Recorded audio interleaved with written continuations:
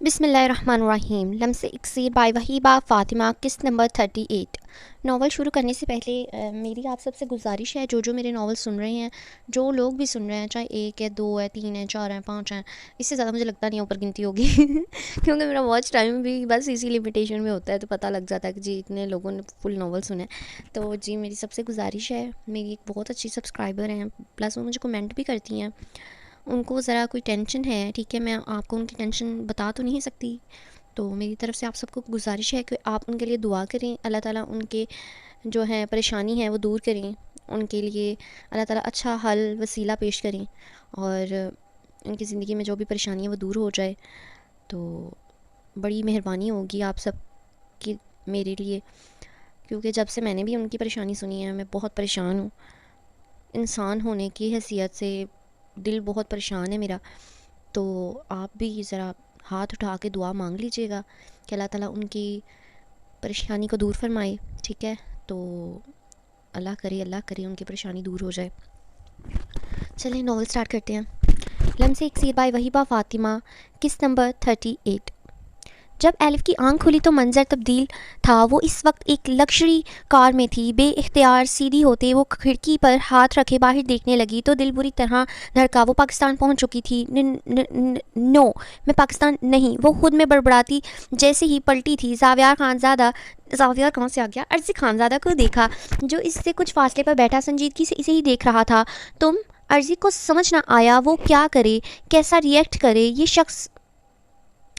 شخص محبت کا جھانسا دے کر عرضی کی ہی لکھا ہوا ہے، لیکن عرضی کی ریئیکٹ کرے گا. یہ شخص محبت کا جھانسا دے کر بہت کچھ برباد کر چکا تھا. شاید وہ ایلف کے اور برآن کے تعلق سے اب تک با علم نہیں تھا، نہ ہی ایلف اسے اس تعلق کے حقیقت سے آگاہ کر سکتی تھی. عرضی کو نفرت سے دیکھتی وہ لب بھینچ گئی.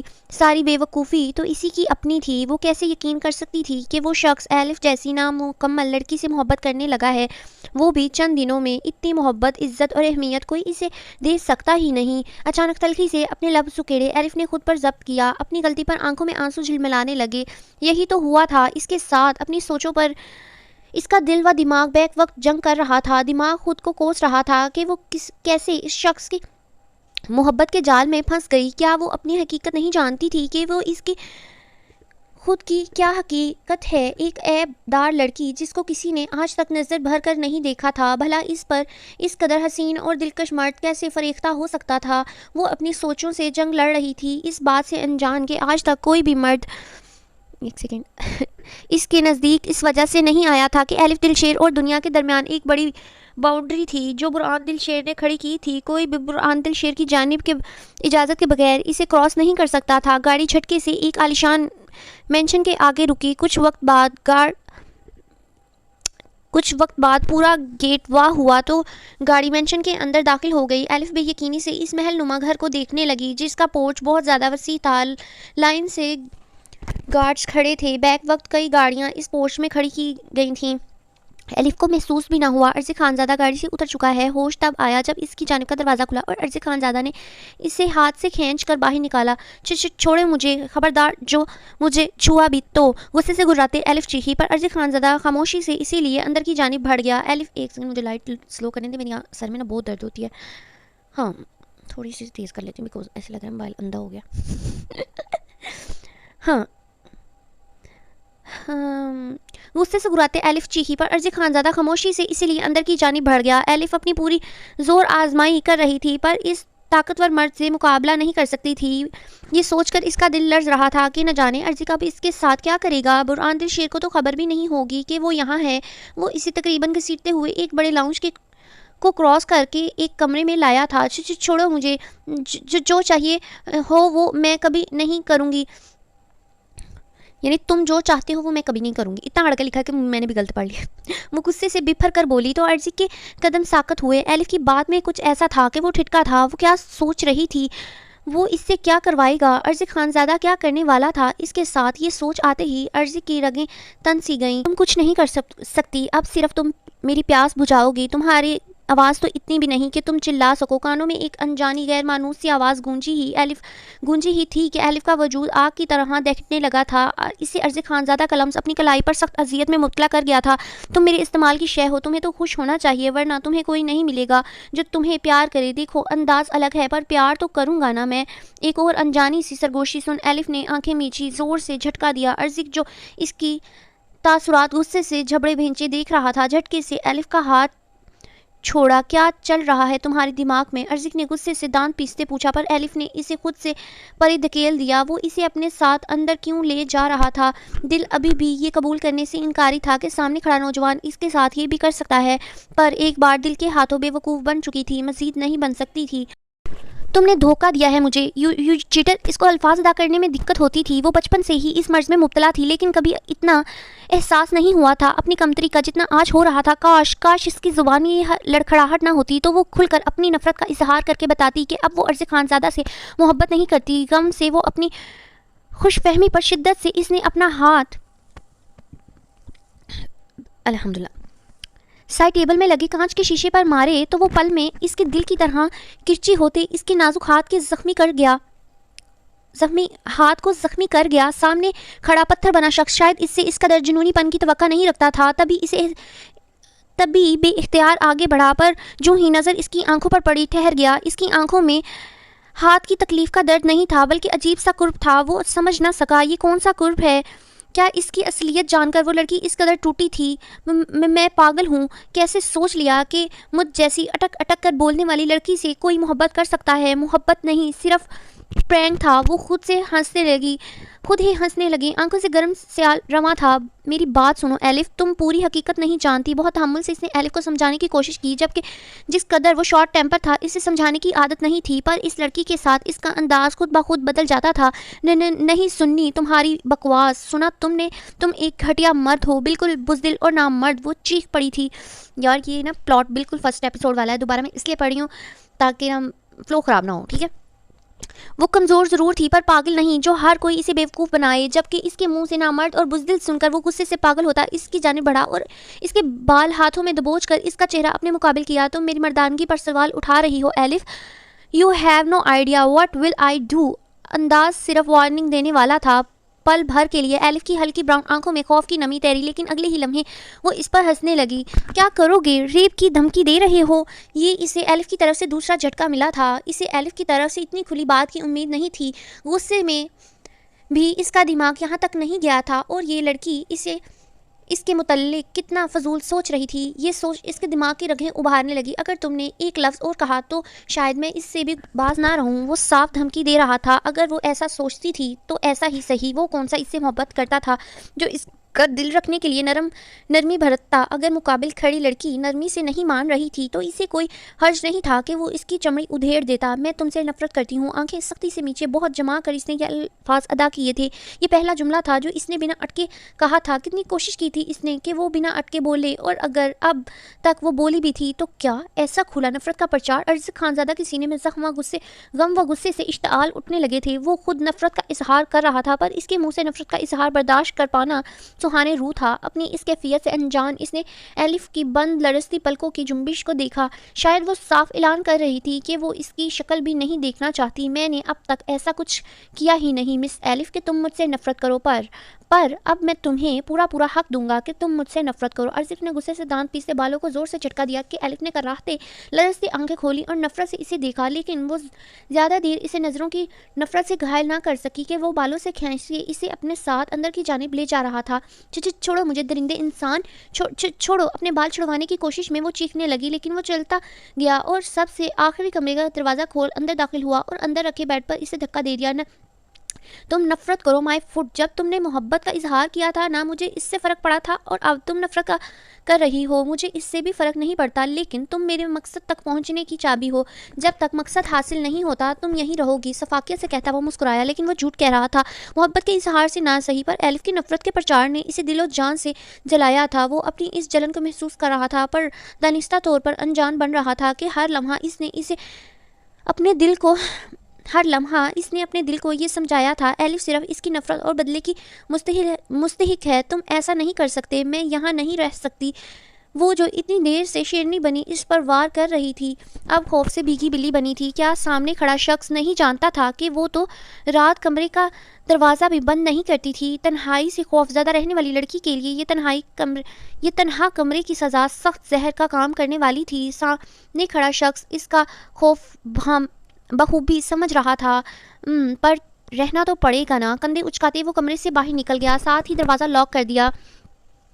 ایسا مت کرو، اللہ کے لیے دروازہ کھولو، میرا دم گھٹ جائے گا۔ دروازہ پیٹتے وہ بری طرح رونے لگی۔ کھول دو۔ جسم پر کپکپاہٹ طاری ہونے لگی تھی، پر سننے والا کوئی نہیں تھا۔ جو سننے والا تھا وہ واحد انسان تھا، وہ تو چلا گیا تھا۔ زمین پر بیٹھتی وہ اپنا سر ہاتھوں میں جکڑ گئی۔ بچپن سے اب تک وہی کیوں سب کی نفرت کی حقدار رہی تھی؟ آخر کوئی کیوں اس سے محبت نہیں کرتا؟ محبت نہ صحیح، کیا کسی کو اس سے ہمدردی نہیں ہوتی تھی؟ پہلے ماں، باپ، پھر بھائی، اور اب وہ ایک شخص جس کی اصلیت اس کے لیے بچپن سے لے کر اب تک کس تمام تر اذیتوں میں سب سے زیادہ اذیت ناک ثابت ہوئی تھی۔ ہر پر غلطی تو اس کی اپنی تھی۔ اس نے تو ایک بار بھی نہیں کہا تھا کہ وہ اس سے محبت کرتی ہے، ادھر آنا کرتا ہے، بلکہ وہ خود اس کی آنکھوں میں اپنے لیے محبت دیکھنے لگی تھی۔ پر وہ تو محبت نہیں تھی، تو پھر کیا تھا؟ نفرت، شدید نفرت ہے تم سے عرض خان زادہ، بہت نفرت۔ آپ کے لب مستقل نفرت کی تسبیح پڑھا رہے تھے، جبکہ وہ ستمگر انجان تھا کہ الف کی یہ نفرت کیسے اسے اس کے قدموں میں ڈھیر کر دے گی۔ وہ جو شفقت اور نفرت کا علم کھڑا کر رہا تھا، نفرت کا عالم کھڑا کر رہا تھا، وہ کچھ ہی دیر میں کیسے پاش ہونے والا تھا، جس کو چاہنے کے باوجود وہ سمیٹ نہیں پائے گا۔ عشق نامیلا علاج وبا بطور عذاب اسے تحفے میں ملنے والی تھی۔ رات سے دن اور پھر دن سے رات، یہ وقت کسی پھسلتی ریت کی طرح پھسل گیا تھا اور برہان دل شیر تھکے چہرے کے ساتھ گھر لوٹا تھا۔ اس نے گھر واپس آ کر کسی دوسری طرف نگاہ بھی نہیں ڈالی تھی، سیدھا اپنے کمرے میں قدم رکھا تھا، جو اب بھی 2 دن پہلے کی طرح پھیلا تھا۔ اس کے کمرے کی ہر چیز بکھری تھی۔ اس کی وجہ شاید یہی تھی کہ وہ یہاں سے جانے سے پہلے سختی سے بول کر گیا تھا کہ کوئی میرے کمرے میں نہ جائے، پر جس وجہ سے اس نے کمرے میں جانے سے منع کیا تھا وہ وجہ کمرے میں تھی ہی نہیں۔ وہ تلخی سے مسکراتے بیڈ کی جانب بڑھا، جہاں اس متاع حیا کا دوپٹہ اب بھی جوں کا تو پڑا تھا، جو اب اس کی رگوں میں خون بن کر گردش کرنے لگی تھی۔ ابھی وہ اس کے دوپٹے کو اٹھائے چہرے کے قریب لایا ہی تھا کہ اچانک دروازہ بند ہونے کی آواز پر پیچھے پلٹا تو آنکھیں متغیر سی بے اختیار سکڑ گئیں۔ دروازہ بند کر کے دروازے سے ٹیک لگائے انارا کھڑی تھی، سادہ سے نیلے سوٹ میں، کچھ گھبرائی، کچھ ناقابل فہم سی۔ آج اس کی باڈی لینگویج میں کچھ تو ایسا تھا جس نے برہان دل شیر کو 440 واٹ کا جھٹکا لگایا تھا۔ ہاؤ ڈیئر یو، تم یہاں کیا کر رہی ہو؟ برہان کا لہجہ پل میں پتھروں سا سخت ہوا تھا۔ وہ اپنے جذبات ہرگز اس لڑکی پر ظاہر نہیں کر سکتا تھا، نہیں چاہتا تھا۔ پھر کوئی اس کے جذبات کو آگ میں جھونک دے۔ جو آپ کو چاہیے تھا وہ دینے آئی ہوں، انارا نے مشکل کہتے ساتھ اپنے گلے میں لپٹا دوپٹہ زمین پر گرایا تھا، جسے دیکھتے برہان کی آنکھوں میں سرخی گھلنے لگی تھی، دانت بری طرح بھینچے وہ غصے سے انارا کو گھورنے لگا تھا۔ اس نازک لڑکی سے اس نے اس جرأت کی توقع نہیں کی تھی۔ ہاتھ میں پکڑے انارا کے دوپٹے کو زمین پر پٹکتے وہ دہاڑا تو پل بھر کو انارا کا دل بھی خوف سے کام گیا۔ میرا ضبط مت آزماؤ اور یہاں سے ایک لمحے میں چلی جاؤ، 2 سیکنڈ سے زیادہ مجھے میرے سامنے یہاں نظر مت آنا، اس کے وجود سے نظر پھیرتے وارننگ دیتے ہوئے کہا تو انارا تلخی سے مسکرائی۔ خود پر ضبط کرنے کی ضرورت نہیں اینجل باری، اگر آپ کہیں تو خود آ کے بستر پر۔ اس سے زیادہ وہ بول ہی نہیں سکی تھی کہ اس کا گلا برہان کی سخت گرفت میں تھا، جسے وہ اپنے بائیں ہاتھ میں بری طرح دبوچ گیا تھا کہ انارا بری طرح ڈر کے آنکھیں میچ گئی تھی۔ ابھی تو محبت کے جذبے کو دل میں پنپتا محسوس کیا تھا اور وہ لڑکی ابھی اسے کچل دینے کے در پر تھی۔ تم جانتی ہو میں تمہاری اس بات پر تمہارے ٹکڑے کر سکتا ہوں، گردن پر پکڑ کچھ ڈھیلی کرتے سخت سرد لہجے میں کہا تو انارا نے اپنی نم آنکھوں سے اس ستمگر کو دیکھا جو خون اشام بلا بنا اسے ہی گور رہا تھا۔ کیوں؟ یہی تو آپ چاہتے تھے۔ اب جب خود پیش قدمی کر رہی ہوں تو انکار کیوں؟ برہان کی پکڑ واپس سخت ہوتے دیکھ وہ لب بھینچ گئی۔ تم جانتی ہو انارا، میرے اندر اتنی برداشت نہیں ہے جتنا تم میرا امتحان لے رہی ہو۔ اس سے پہلے میرے ہاتھ تم اپنی اس چھوٹی سی جان سے ہاتھ دھو بیٹھو، گیٹ آؤٹ فرام ہیئر۔ برہان کہتے سار جھٹکے سے پیچھے ہوا۔ محبت کرتے ہیں مجھ سے؟ انارا کے سوال پر اب کی بار برہان دل شیر کا وجود پتھر ہو گیا تھا، وہ اپنی جگہ پر جیسے جم سا گیا تھا۔ یوں لگا کہ ایک اور جملہ اس لڑکی نے کہا اور اگر وہ اس کے دل کا راز جان گئی تو وہ ریزہ ریزہ ہوتے ہوئے بکھر جائے گا۔ اس لیے خود سے دور کرنے کے لیے یہ حربہ اپنایا ہے نا اینجل باری؟ مجھے ڈرانا چاہتے ہیں تاکہ میں یہاں سے چلی جاؤں، آپ سے دور چلی جاؤں؟ وہ جیسے جیسے بول رہی تھی برہان دل شیر کا دل مٹھی میں آ رہا تھا، یا پوری جان لرز کر پوری جان زلزلوں کی زد میں آ رہی تھی۔ وہ کیسے اس کے دل کے بھید اتنی آسانی سے جان سکتی تھی کہ وہ اتنا کمزور ہو گیا تھا کہ کوئی بھی اس کے راز جان لے؟ پر وہ بھول گیا تھا کہ سامنے کھڑی لڑکی کوئی بھی نہیں بلکہ وہ پہلی ہستی تھی جو اس کے دل کی سب سے اونچی مسند پر براجمان ہوئی تھی، اور جس راز کو وہ چھپا رہا تھا اس کا نام محبت تھا، جس کی مہک ہواؤں کے ساتھ سفر کرتی ہے۔ پر میں دور نہیں جاؤں گی اینجل باری، پر میں دور نہیں جاؤں گی۔ میں نے 2 دفعہ اس لیے پڑھا کیونکہ اس میں نا تھوک نکل رہی تھی۔ اب کی وہ کمزور لڑکی جو اس کے سامنے بولنے سے بھی ڈرتی تھی اٹل لہجے میں بولی۔ برہان نے اسے خالی نظروں سے دیکھا۔ اس میں اتنی جرت کہاں سے آئی؟ برہان دل شیر کے کسی عمل نے ان کو اتنی شہ دی تھی؟ ہاں، کب وہ اس قدر مضبوط ہو گئی کہ برہان کے آگے تن کے کھڑی ہو گئی اور اس سے محبت کا سوال کرنے لگی۔ یکدم برہان دل شیر جان بوجھ کر قہقہہ لگا کر ہنسا۔ اس کے اچانک ہنسی اتنی غیر متوقع تھی کہ انارا کا دل ڈوبنے لگا۔ محبت، اور وہ بھی تم سے؟ وہ استحضائیہ سوال کر رہا تھا۔ لہجہ اس قدر حقارت میں ڈوبا تھا کہ اچانک انارا کا دل تکلیف سے دھڑکا۔ وجہ برہان کے لفظ نہیں، اس کی خالی آنکھیں تھیں اور عجیب سا لہجہ تھا۔ تم ہو کون؟ اپنی حیثیت دیکھی ہے کیا؟ شناخت ہے، پہچان ہے تمہاری؟ کوٹھے پر پلی بڑھی ایک ایسی لڑکی جس کا کوئی بیک گراؤنڈ نہیں، حد تک کہ اس لڑکی کو یہ ہم جو کہتے ہیں نا حتیٰ کہ وہ ہے یہ توڑ کے لکھا ہوا ہے، حتیٰ کہ اس لڑکی کو یہ بھی علم نہیں کہ اس کا باپ کون ہے۔ حقارت سے بہت مشکل سے الفاظ ادا کرتا وہ انارا کو ساکت کر گیا۔ وہ حقیقت کہہ رہا تھا، اور یہ حقیقت وہ بچپن سے ہر کسی سے سخت سنتی آئی تھی، پر اتنی اذیت کبھی نہیں ہوئی تھی جو برہان دل شیر کے منہ سے سن کر اس وقت محسوس ہو رہی تھی۔ تم جانتی ہو برہان دل شیر کون ہے؟ ایک جہان جانتا ہے برہان دل شیر کو۔ برہان دل شیر کے آگے پیچھے لڑکیاں مکھیوں کی طرح بن بناتی ہیں، حسن میرے قدموں میں پڑا رہتا ہے۔ تمہیں کیا لگتا ہے برہان دل شیر ایک اب نارمل لڑکی سے محبت کرے گا؟ اپنے بیڈ پر سکون سے بیٹھتے وہ انارا کے اس ساکت لرزتے وجود کو دیکھنے لگا جو اس کی باتوں پر پوری طرح لرز رہا تھا، ایسے جیسے وہ کمزور لڑکی ابھی زمین بوس ہو جائے گی۔ اچانک انارا کی آنکھیں جھکتی چلی گئیں، ہاتھوں کی مٹھیاں زور سے بھینچ لی تھیں تاکہ سامنے والے کے زہر میں بجھے تیر جیسے الفاظ کو برداشت کر سکے۔ ہاں، تمہیں ڈرایا ضرور تھا کہ اس کی صرف یہ وجہ تھی کہ تم یہاں سے چلی جاؤ، کیونکہ میں تمہیں خود سے اس گھر سے نہیں نکال سکتا، جس کی وجہ ہے یہ نہیں کہ مجھے تم سے محبت ہے، بلکہ یہ ہے کہ میں نے زریمہ سے وعدہ کیا تھا کہ اسے توڑ نہیں سکتا، اس لیے، اور تمہیں بلکہ جس کی وجہ یہ نہیں مجھے تم سے محبت ہے، بلکہ یہ ہے کہ میں نے زریمہ سے وعدہ کیا تھا کہ اسے توڑ نہیں سکتا، اس لیے، اور تمہیں چھونے میں مجھے کوئی دلچسپی نہیں ہے۔ اب اگر سچ سن لیا ہو تو تم یہاں سے جا سکتی ہو۔ یہ کہتے برہان دل شیر نے اس کے وجود سے نظریں پھیر لیں کہ کہیں اس کا شکستہ لرزتا کمزور وجود دیکھ خود ہی بغاوت نہ کر بیٹھے۔ کچھ لمحے کی خاموشی کے بعد دروازہ کھلا اور وہ خوشبودار وجود اس کے کمرے سے نکل گیا۔ وہ جیسے اپنا مردہ وجود گھسیٹ کر شکستہ قدم اٹھاتی باہر گئی تھی۔ قیامت خیز سا منظر تھا۔ اس کے کمرے سے نکلتے ہی برہان دل شیر کو کمرے میں گھٹن ہونے لگی۔ غصے سے انارا کا دوپٹہ زمین پر پھینکتے وہ اپنے بال ہاتھوں میں جکڑ گیا۔ دل کیا اپنی ذات کو ہی مٹا ڈالے جس نے اس نازک وجود کے بارے میں ایسے غلیظ الفاظ ادا کیے جو اس کے لیے بے انتہا معتبر تھی، پر یہ ضروری تھا۔ وہ اس لڑکی کو اپنے قریب کر اس کو اور اپنی زندگی کو مزید جہنم نہیں بنا سکتا تھا۔ یار میری سانس بہت ٹوٹ رہی ہے آج کل، پتہ نہیں کیوں، اللہ خیر کرے۔ اگلے دن ایہان یونیورسٹی آیا تھا اور اس کے قدم ریم کے ڈپارٹمنٹ کی طرف تھے۔ اس کا دماغ تیزی سے کام کر رہا تھا۔ زین نے اسے 3 ماہ کا وقت دیا تھا، پر وہ 1 ماہ میں ہی اسے باور کروانا چاہتا تھا کہ ریم ایہان دل شیر کے علاوہ کسی کو نہیں سوچ سکتی۔ ابھی وہ ڈپارٹمنٹ کی طرف ہی تھا جب اس کے فون کی رنگ ٹون نے اس کے قدم روکے۔ جیب سے موبائل نکال کر فون کو دیکھا تو وہ ضیاء کی ماں کا فون تھا۔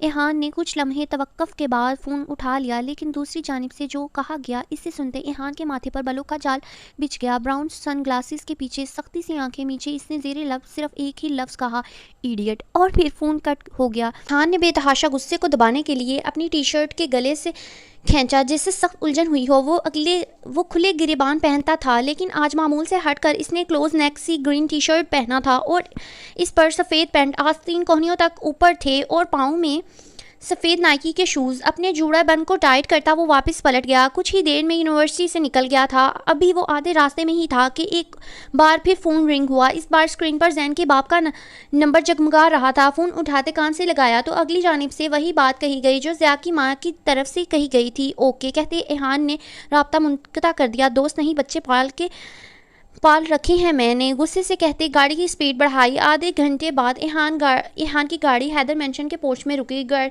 گاڑی سے اترتے وہ سیدھا مینشن کے اندر گیا تو سامنے ضیاء کی ماں ٹہل رہی تھی، چھوٹے سے ٹاپ اور بلیک جینز میں، ہلکی کرل بال جس پر گولڈن شیڈ تھی، چہرے پر ہلکا میک اپ۔ وہ فون کان سے لگائے ٹہل رہی تھیں۔ وہ کہیں سے بھی ضیاء کی ماں نہیں لگتی تھیں بلکہ ایک ینگ وومن لگتی تھیں۔ السلام علیکم، ضیاء روم میں ہیں؟ ایہان نے انہیں متوجہ کرنے کے لیے پوچھا تو وہ چونک کر پلٹیں، رابطہ منقطع کر گئیں۔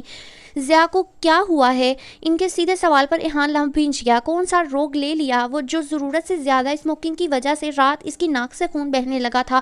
اس کی وہ ناگواری سے پوچھنے لگیں۔ جانتی تھیں کہ ضیاء کا ہر معاملہ کوئی جانے نہ جانے ایہان ضرور جانتا ہوگا۔ جو ناک سے خون نکلنے والی بات پر ایہان کا دل کیا پہلے ضیاء کو مارے پھر نورین کا قتل کر دے، میں معلوم کرتا ہوں۔ بات کو مختصر کرتا وہ ضیاء کے کمرے کی جانب بڑھ گیا، جبکہ ضیاء کی ماں فاریہ حیدر سر جھٹکتی لاؤنج سے باہر نکل گئیں۔ ان کی میٹنگ تھی جو ضیاء کی وجہ سے پہلے ہی لیٹ ہو چکی تھی، ہو گئی سستے عاشقوں والی حرکتیں، بن گئے دیوداس کے جانشین، لکھوا لیا اپنا نام مجنوؤں کی فہرست میں۔ کمرے میں داخل ہوتے ہی ایہان کے ناک سے سگریٹ کی بو ٹکرائی۔ کمرے میں اے سی شدید کولنگ کے باوجود کمرے میں گھٹن کا احساس تھا۔ اس کی نظر بیڈ پر آنکھیں موندے لیٹے ضیاء پر گئی جس کے ہاتھ پر کنولا لگا ہوا تھا۔ مجھے معلوم تھا موم تمہیں انفارم کر دیں گی۔ ضیاء نے آنکھیں کھولتے بیڈ کراؤن سے ٹیک لگاتے کمر کو سیدھا کیا جب ایہان نے جھٹکے سے دروازہ بند کیا۔ تم بہت زیادہ ہی چیپ حرکتیں کر رہی ہو ضیاء۔ یہ سگریٹ شوقیہ حد تک ٹھیک تھا لیکن آخر میں ایہان کا لہجہ بے بس ہوا تھا۔ تم کہہ سکتے ہو تمہیں اب تک عشق نہیں ہوا نا؟ یہ کہتے ساتھ ضیاء تلخی سے ہنسا۔ وہ رات سے ان لمحات میں جتنی اذیت محسوس کر رہا تھا یہ تو یا وہ جانتا تھا یا اس کا زخمی لہو لہان دل، جس پر ایہان آنکھیں سکیڑے بغور ضیاء کو دیکھنے لگا۔ مجنوں کی 420 کاپی، وہ زیر لب غصے سے بڑبڑایا، پھر اپنے الفاظ پر ششدر رہ گیا کہ اب بے خیالی میں بھی ریم کو حفظ کر رہا تھا۔ جمعے کو نکاح ہے اس کا، چلو گے؟ ضیاء نے انتہائی سنجیدگی سے پوچھا تو ایہان خیالوں سے نکلتا چونکا، پھر گہرا مسکرایا۔ تمہیں یہ نورین نے بتایا ہے نا؟ آئی گیس اس نے تمہیں انوائٹ کیا ہے رائٹ؟ یہ کہتے ایہان کا سچ میں دل چاہ رہا تھا کہ جا کر نورین کا گلا دبا دے کہ جس نے اس کے ہنستے کھیلتے دوست کو عجیب روگ میں مبتلا کر دیا تھا۔ جواباً ضیاء خاموش رہا۔ نورین کی شادی تم سے ہوگی ضیاء، آئی پرومس۔ ایہان نے ضیاء کے کنولا لگے ہاتھ کو چھوتے نرمی سے کہا تو ضیاء ناسمجھی سے اسے دیکھنے لگا لیکن دل پسلیوں سے سر پٹکنے لگا تھا۔ تم کیا کرنے والے ہو ایہان؟ ایہان اس کے سوال پر نفی میں سر ہلانے لگا۔ میں نہیں، ہم۔ یہ کہتے ساتھ ایہان بیڈ سے اٹھ کر کھڑا ہو گیا اور فون نکال کر کسی کو میسج ٹائپ کرنے لگا۔ ایہان مجھے بتاؤ تم کیا کرنے والے ہو؟ تم کچھ بھی الٹا سیدھا نہیں کرو گے؟ میں نہیں چاہتا میری وجہ سے اس کی عزت اور نیک نامی پر رائی کے دانے جتنے بھی داغ آئے، نہ ہی اسے بدنام۔ ابھی ضیاء بول ہی رہا تھا کہ ایہان نے سخت ناگواری سے اس کی بات کاٹی۔ بہت ہی گھٹیا سوچ ہے تمہاری، اپنے ہی دوست کی ہونے والی عزت کو میں کیوں خراب کروں گا جبکہ اس کی نسبت تم سے ہے؟ یہ کہتے ایہان کلاس گروپ کی چیٹ اسکرول کرنے لگا اور پھر اپنی مطلوبہ چیز ملنے پر گہرا مسکرایا اور کچھ لمحے بعد فون بند کرتے پینٹ کی جیب میں ہاتھ ڈالے ضیاء کو مسکراتی نظروں سے دیکھنے لگا۔ بتاؤ گے کیا کرنے والی ہو تم؟ ضیاء جو بظاہر کچھ بھی کہنے سے انکاری تھا یہ پر ایہان کی ضد نے گویا اس کے وجود میں نئی جان ڈال دی تھی۔ بس کچھ خاص نہیں، تھوڑا سچ اور تھوڑا جھوٹ کی ملاوٹ جس سے صرف تمہارا یا لاس ہوگا، جس سے صرف تھوڑا سا لاس ہوگا، وہ بھی کچھ وقت کے لیے بس، لیکن ذوالنورین سلطان تمہاری ہو جائے گی۔ پھر تم وہ رائتا صاف کر دینا جو میں ابھی پھیلانے جا رہا ہوں۔ ایہان نے ایک آنکھ ونک کرتے کہا پر ضیاء اب بھی اسے ناسمجھی سے دیکھ رہا تھا جس پر ایہان گہرا مسکرایا۔ بہت صحیح ٹائم پر تمہاری طبیعت بگڑی ہے اور تمہیں ڈرپ لگی ہے، تمہیں کچھ نہیں کرنا، بس تمہیں میرے ہاں میں ہاں ملانی ہوگی جب میں بات کر رہا ہوں گا۔ شان بے نیازی سے کہتا ایہان کمرے سے باہر نکلنے لگا کہ ضیاء کی بات پر رکا۔ تم کس سے بات کرنے والے ہو؟ ضیاء کا لہجہ فکر مند سا تھا۔ ایہان نے ایک آنکھ ونک کرتے کہا پر ضیاء اب بھی اسے ناسمجھی والا ایک سیکنڈ مجھے لگتا ہے پیج ریپیٹ ہے، اوہو سوری۔ اس کا لہجہ فکر مند سا تھا۔ نورین کے فادر سے، ابھی کام سے جا رہا ہوں، شام تک ریڈی ہو جانا، یہ کہہ کر ایحان کمرے سے باہر نکل گیا تھا، جبکہ زیان ساکت سا رہ گیا تھا۔ وہ چاہ کر بھی ایحان کو منع نہیں کر سکا تھا، کیونکہ حقیقت یہی تھی کہ صبح تک اسے سانس لینے میں بھی دشواری ہو رہی تھی، پر امید کی ایک ڈور کا سرا ہاتھ آنے پر سینے سے بہت سا سرکتا محسوس ہو رہا تھا۔